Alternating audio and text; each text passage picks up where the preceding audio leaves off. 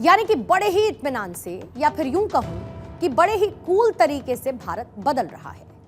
लेकिन यहां पर भारत की डेवलपमेंट डिपोट का कूलेंट साल 2020 और 21 में उस वक्त कम हुआ जब कोविड महामारी ने पूरी दुनिया के हेल्थ केयर सिस्टम को फैक्ट चेक करने की कगार पर लाकर खड़ा कर दिया। करोड़ों लोग इसकी जद में आए, लाखों लोगों की मौत हुई और इसी बीच दुनिया थम सी गई। हम थोड़ा सा रुक गए, लेकिन वहां से जब हम चले तो रेयर व्यू मिरर में हमने क्या देखा? हमने देखा कि कैसे हम महामारी में विक्टिम नहीं बल्कि विजेता बने। हमने खुद को संभाला, दूसरे देशों को भी संभाला। हमने पूरी दुनिया में दवाइयां भिजवाई। दुनिया में अब भारत के विश्वगुरु बनने की चर्चा होने लगी। दूसरे देश हमारे प्रधानमंत्री को बॉस मानने लगे तो कुछ आदर में पैर छूते हुए भी दिखाई दिए। हमारे लोगों ने एक कैरिज्मेटिक बाउंस बैक किया। हमारे युवाओं ने अपने स्टार्टअप्स को शुरू किया, अपना कंटेंट बनाना शुरू किया। डिजिटल दुनिया में भारत सबसे आगे इसी के साथ निकला। अब इस बाउंस बैक की कहानी को समझने के लिए कई उदाहरण, कई एग्जाम्पल हो सकते हैं, लेकिन जो एग्जाम्पल्स आज हमने चुने हैं वो है भारतीय सिनेमा। क्योंकि अक्सर ये कहा जाता है कि भारतीय सिनेमा समाज का आईना है, और ऐसे में सबसे पहले जिन्हें हम फ्लावर समझ रहे थे वो फायर निकले। मतलब साल 2020 और 2021 में 100 करोड़ की कमाई करने वाली टॉप 10 फिल्मों में से 6 फिल्में दक्षिण भारत की थीं। हिंदी फिल्मों के मुकाबले साउथ की फिल्मों ने 3 गुना ज्यादा कारोबार किया, और इन फिल्मों को अब तक जहां 5 राज्यों की 4,441 स्क्रीन पर रिलीज किया जाता था, अब ये फिल्में देश भर की 9,422 स्क्रीन पर रिलीज होने लगी हैं। मतलब एक तरफ साउथ सिनेमा की पावर देश भर में देखने को मिल रही है, तो वहीं हिंदी सिनेमा भी पीछे नहीं। कोविड काल के बाद हिंदी सिनेमा ने भी कुछ ऐसे बाउंस बैक किया जिसके बॉक्स ऑफिस रिकॉर्ड अपने आप में खास है।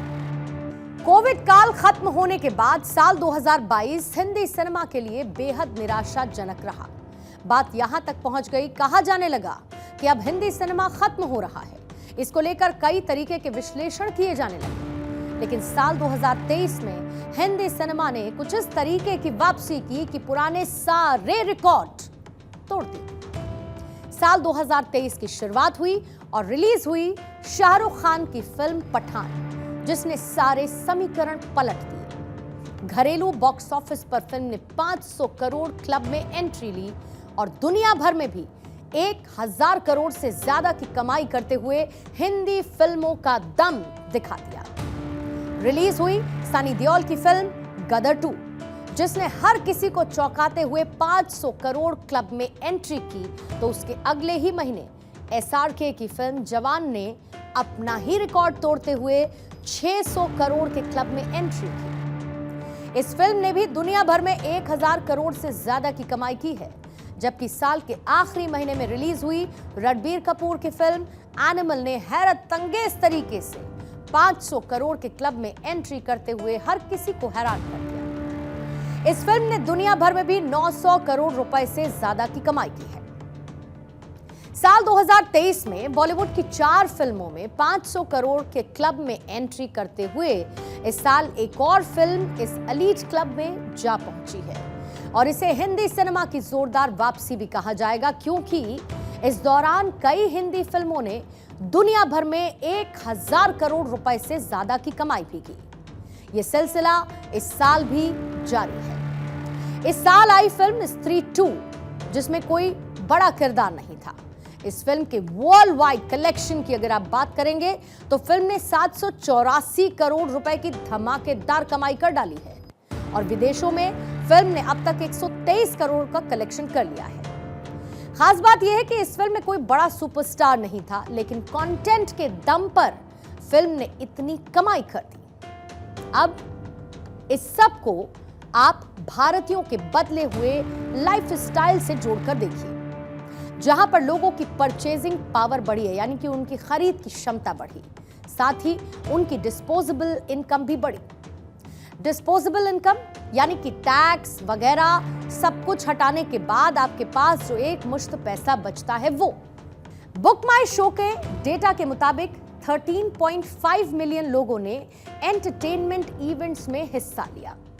इंटरनेशनल इवेंट्स के लिए टिकट बुकिंग में 82% की तेजी दर्ज की गई। करीब 74% लोग आने वाली नई फिल्मों पर नजर रखते हैं और 3 दिन पहले ही एडवांस बुकिंग भी कर लेते हैं। वहीं 35% जेनजी जनरेशन के युवा फर्स्ट डे फर्स्ट शो देखना प्रेफर करते हैं। 19% लोग हफ्ते में 1 या 2 बार ऑनलाइन फूड ऐप से खाना ऑर्डर करते हैं और ये चलन युवाओं के बीच बहुत तेजी के साथ बढ़ रहा है। 11% लोग दिन में 1 बार ऑनलाइन फूड ऑर्डर करते हैं और 8% लोग दिन में कई बार ऑनलाइन खाना ऑर्डर करते हैं। अब इन पूरे आंकड़ों का सार ये है कि भारत का एंटरटेनमेंट एपेटाइट बढ़ रहा है। भारत के लोग लग्जरी को पसंद कर रहे हैं और इसे आप भारतीयों के बढ़ते स्टैंडर्ड ऑफ लिविंग से भी जोड़कर देख सकते हैं। मतलब अब भारतवासी ऑनलाइन फूड ऑर्डर करते हैं, फ्लाइट्स में ट्रैवल करते हैं, मल्टीप्लेक्सेस में फिल्म देखने के लिए जाते हैं।